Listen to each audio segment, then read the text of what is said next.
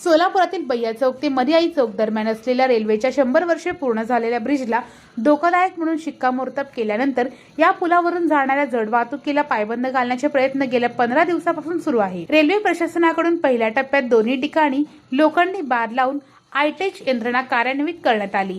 मात्र वाहनधारकांना ए-बार पसनी न पडल्यामुळे वाहनाच्या धडकेत दोन्ही ठिकाणी लावण्यात आलेले बार उद्ध्वस्त झाले।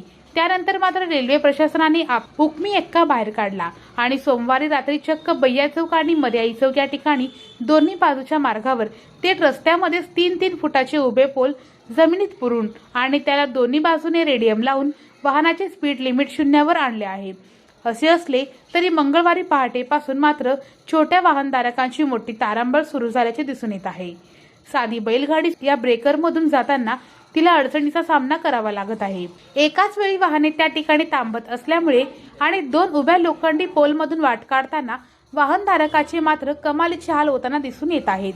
आता थेट जमिनीतच रेल्वे रुळाचे पोल खुपसून रेल्वेने आपले काम सोपे केले असले तरी शाळा आणि महाविद्यालयात जाणाऱ्या विद्यार्थ्यांसह छोट्या स्कूल बस चालकांचा मात्र बराच वेळ या ठिकाणी थांबा करावा लागत असल्याचे दिसून येत आहे।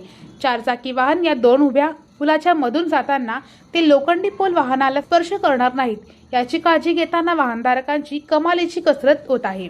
एकूणच national highway authority of India आणि सोलापूर महानगरपालिकेला वैतागून रेल्वेने चक्क रस्त्यावरच जमिनीत पोल लावून आपली सुटका करून घेतली आहे।